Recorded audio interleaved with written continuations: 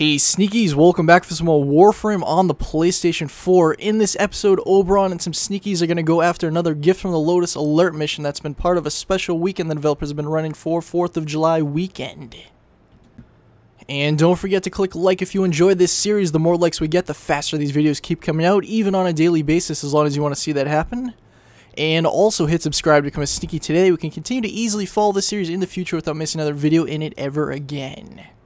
As always, I do hope you enjoy. Here we go. So this is my Oberon setup. I've changed his color scheme around quite a bit. As you can see, he's now more of a gothic look going on. He's got mostly black, he's got some red mixed in, a little bit of white, and overall he looks pretty fearful. So we're going to take a quick look at his mod setup here. So Steel charges his aura mod slot because it matches up with the polarity slot, the little icon on the top right hand corner of the card.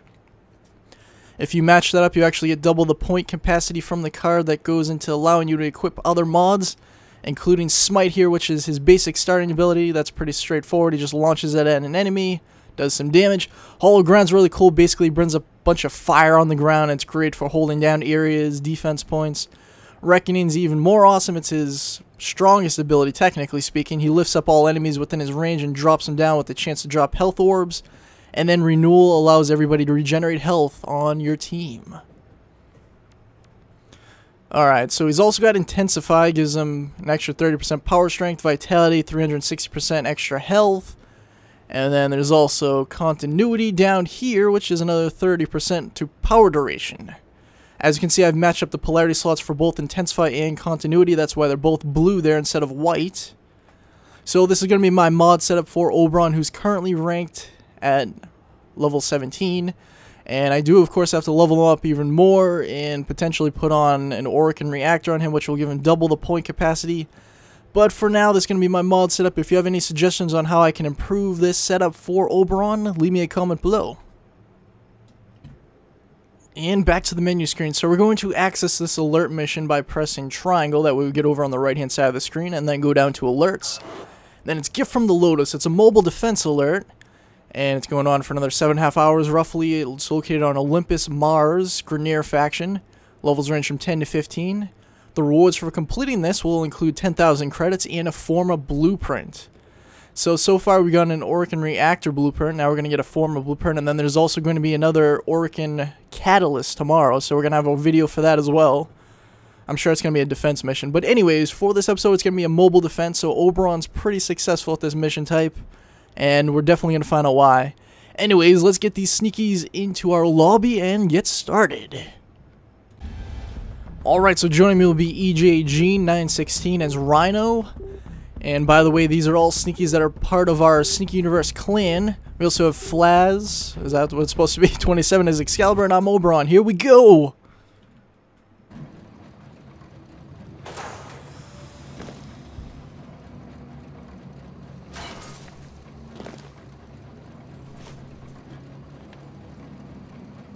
Infiltrated, here we go. Alright, so I'm going to grab this little data mass, which is something that spawns at the spawn point in mobile defense missions. Basically, one person on the team has to pick it up and carry it to these data terminals that we're going to head to. Usually there's two. Oh, and that's a stealth kill and a half right there. Snuck up on him, he wasn't expecting it, so it's an insta-kill. Anyways, there are two data terminals that we have to bring this object to. One person has to carry it, and while they're holding it, they can only use their secondary weapon. Usually it's a pistol, although sometimes you can have even better guns than that, so it doesn't really make too much of a difference. And your team gets to use their primary weapon still, so it's overall not too bad of a time. And fortunately we stopped him before he set off that alarm. Now we're just going to rush and fight our way to these two data terminals.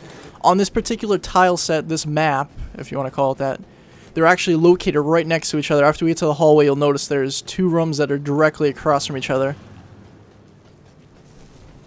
So it'll be pretty straightforward after we get there, and then we can see how Oberon's abilities make him pretty successful on this mission type. He's even successful on defense, or at least he can be. He's obviously not one of the Warframes you want to bring ideally, but he can certainly help you out.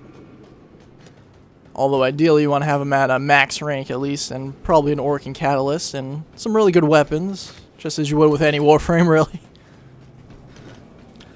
And I should mention, these are sneakies in our clan, Sneaky Universe. We do need more members, so if you have any interest in joining, leave us your PSN name below. However, before you request to join, make sure you leave your old clan. That is very important because it's a waste of time otherwise, and we have to send you a message letting you know that you have to leave your clan, and then just a waste of time. So let's just skip past that point. And by the way, that was a pretty cool kill and a half while I was using the zip line there. Got demolished. Now, we don't actually have to kill all these enemies. We could actually technically just run past them. However, it's a lot more fun to just kill everything you see, so that's what we're going to do. Oh, and I think one of these sneakies actually joined a little bit late. Not sure who it was, but we'll find out. So this is hollowed ground. Basically, it puts fire all over the ground. And if you know there's a choke point enemy is going to be rushing through, you just lay it down there, and then you know you're going to be damaging them as they run through it. There's no way they can fight it. They just have to fall before you, Oberon. And then, of course, here we go. I smite thee! I love that. Even though it's not really a great ability, it still does a little bit of damage. Always make sure you shoot that little green light thing that appears at the top of doors sometimes. Oh, man, look at that graphical glitch. What is that? Wait, was that a glitch? I think that was a glitch. I've never seen that before. I don't know if they were reaching for somebody, but basically this is one of the data terminals. We just, or at least the person holding the data mask puts it in. Now I'm going to lay down some hollowed grounds on the points that I know enemies are going to be coming through. There we go. So we have 2 points laid down for a little bit. That continuity is really going to help me keep these going for a longer duration here, so hopefully we can keep it going for a good amount of time. However, it doesn't really matter anyway because these enemies are pretty low level, so we should be able to handle this pretty well. As you can see, I can obviously run through it because I laid it down, and our team can also run through it too, so no issues with friendly fire. Not that there's really friendly fire issues in this game at all. And then obviously I want to focus my attacks on the areas where I did not lay down one of those hollow grounds. Doesn't look like there's too much going on in this area. By the way, we also have an alliance called Sneaky Universe as well, so if you do not want to join our clan but you want to be part of us anyway, you can have your clan actually join our alliance and we can still work together in Warframe. So if you have any interest in having your clan do so, have your clan leader send me a PSN message. My username on PSN is xsneaky-gx. I'm sure it'll also be spelled out in either the comments or probably the description too in case you need to see it spelled out. And it'll also be appearing later on in this video anyway, so you can wait for that if you're going to stick around. Anyways, there's a major choke point out here where we can actually hold back most of the enemies who can get into this room. We're going to go check that out right now. Oh, looks like whoever joins the Necros, they just use their Shadow of the Dead ability that brings some of the enemies back as spirits to fight for us. And look at all this chaos going on out there. This is craziness right now. Oh, one of the enemies just pulled me out of there. No! Get out of danger, Oberon! Go! Go! Yeah! Yeah! Okay. We are out of danger. And here's a renewal. Basically what this does is all the teammates within my range will actually start to regenerate health now. So Oberon does have some healing ability to him. Obviously not as great as Trinity, but it still helps a little bit. So most of the enemies will actually be rushing through this doorway here to get to both of the data terminals that are on this map. So if you can hold this area down, this is pretty much where you just want to come out to. Preferably you don't have all your team come out here because there will be some random enemies I believe who can come from other directions. You always want to have at least one person sticking by the data terminal if possible. Usually it's pretty nice to have a Frost, or even Oberon could lay down his hollowed ground around it too, that helps. Frost for his snow globe, of course. Alright, we're handling this, no problem whatsoever. Although we are starting to lose some health again. And then we of course do have our last ability that we have to use as well shortly. Oberon will do some major damage with that. We want to wait for a large group of enemies before we actually launch it though.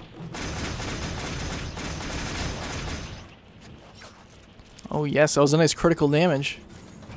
Over 1,000, nice. Alright, so it looks like somebody already understood. Alright, so after the data terminal is protected, the time runs out, you have to go back and collect the data mass and bring it to the next one. In this case, just like I pointed out earlier, just right across the hall. This room is set up a little bit differently though, so it requires a little bit of a different strategy, but it's still pretty easy to hold down. Alright, so we're gonna head back here. This is where we want to hold down our area. Here's Reckoning. Oh! There we go. Basically, he lifts up all the enemies within his range, slams them down on the ground, and they have a chance of actually dropping health orbs. Speaking of farming, I believe he was talking about farming for resources in the comments before I invited him to this game. And there's all kinds of enemies dropping resources in there, so it's really been pretty successful for that front. Oh, there we go. Necros is launching his Shadow of the Dead ability, so they're going to handle that fight pretty well. And over on the left-hand side of the screen, you can actually see the time left before the data mass is completely protected. Pretty much what these enemies are doing, they're trying to rush over to the data terminal to actually blow it up to stop us. And we need to prevent them from doing so at all costs.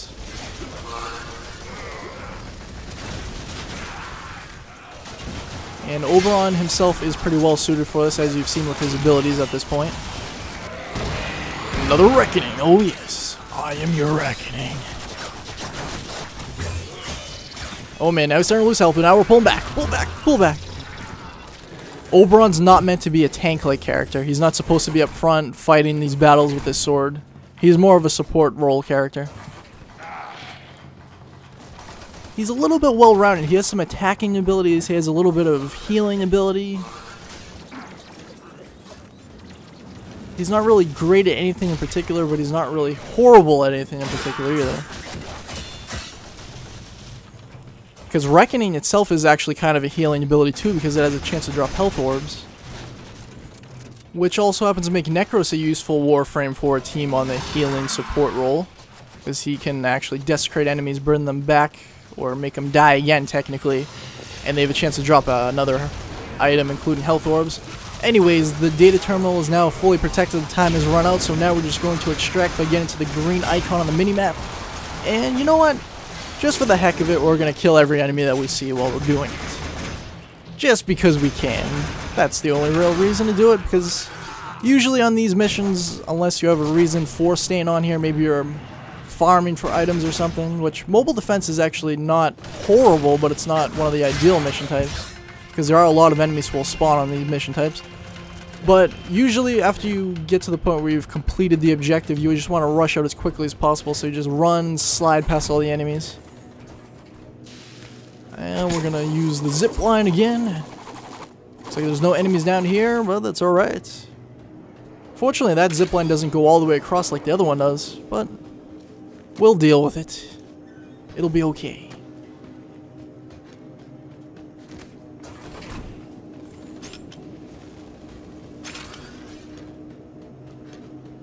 Alright, now it shouldn't be too much further. We just have to go back behind here. One of the cool things about Warframe is every time... Oops, took a wrong turn. I always forget about this damn ramp. Usually when you get to this point, you always have to go up this ramp, and I always run past it by accident. One of the cool things about Warframe is that every time you play a mission, it will actually be a different set path that's open up during it. There's another renewal, just for the heck of it. And what I mean by that is, on all of these maps, there's actually a bunch of different pathways you can use to technically get to the objective and to extract on it. However, there's going to be different locked doors. It's actually randomized which doors are locked every time you play it. So every time you replay the mission, it's actually kind of like playing in a different way, in a sense, because you have different environments that you're going to be experiencing. We have to watch out for these arc traps, which are these purple electrical things you keep seeing. They're pretty annoying. Alright, now this thing, always shoot that. Don't forget to. If you run through it, it'll actually take away all of your energy. Then you won't be able to cast any of your abilities. It's another one of the traps that the developers have decided to deviously add into the game, just to make it that much more difficult. And you know what? They are pretty necessary, because these missions in general are pretty ridiculously easy, and they are a little bit annoying, but they add a different kind of strategy to it. You have to be cautious at all times when you're going around a map, because that could actually completely ruin your game if you don't notice it and it sucks away all your health. Alright, so now we're just waiting for our last person to reach extraction, and there we go, mission complete. We're going to get our formal blueprint. Whoa, we got 3 gallium and 2 morphics. Nice.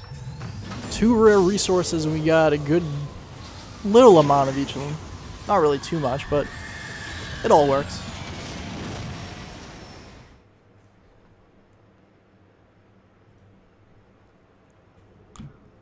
And now we have to see who our MVP will be of this mission. So, the damage dealt goes to me. Technically, however, it's going to EJ Jean. He's the sneaky with the highest score there. Least damage taken goes to Flaz. I assume that's how you pronounce your name. I could be wrong. Please correct me if I am. Total kills, I take that technically. However, EJ Jean's the sneaky with it. Headshots goes to EJ Jean as well. Melee kills goes to J Mari. I think that's how you pronounce it. I might be wrong. Deaths, everybody tied with 0. Upgrades received, Flaz, abilities used, EJ Jean, accuracy, EJ Jean, pickup count, EJ Jean. And nobody had to revive anybody. So clearly the MVP of this episode was EJ Jean 916, so congratulations to you, good sir. Anyways, sneakies, don't forget to click like on this video if you enjoyed. The more likes we get, the faster these videos keep pouring out, even on a daily basis. If you want to see that happen, just keep clicking like on all of them. Also hit subscribe to become a sneaky today. We can continue to easily follow the series in the future, never miss another video in it ever again. I'm always looking for new sneakies, aka subscribers, to appear in these videos with me, so if you have any interest in appearing in one in the future, add me on PSN. My username's in the top left hand corner of the screen. And also leave me a comment below, letting me know that you want to appear. We also need new sneakies to join our Sneaky Universe clan, so if you'd like to join, add your PSN name to the comment section below and let us know that you want to join. Just make sure that you leave your previous clan before requesting an invite. We also need other clans who want to join our Sneaky Universe Alliance, so have your leader message me on PSN. Username's in the top left hand corner of the screen again. And finally, use the comment section to find other people to play with. Just post your PSN name, add everybody you see, and just have a great time in Warframe. And I'll see you next time for some more Warframe on the PlayStation 4.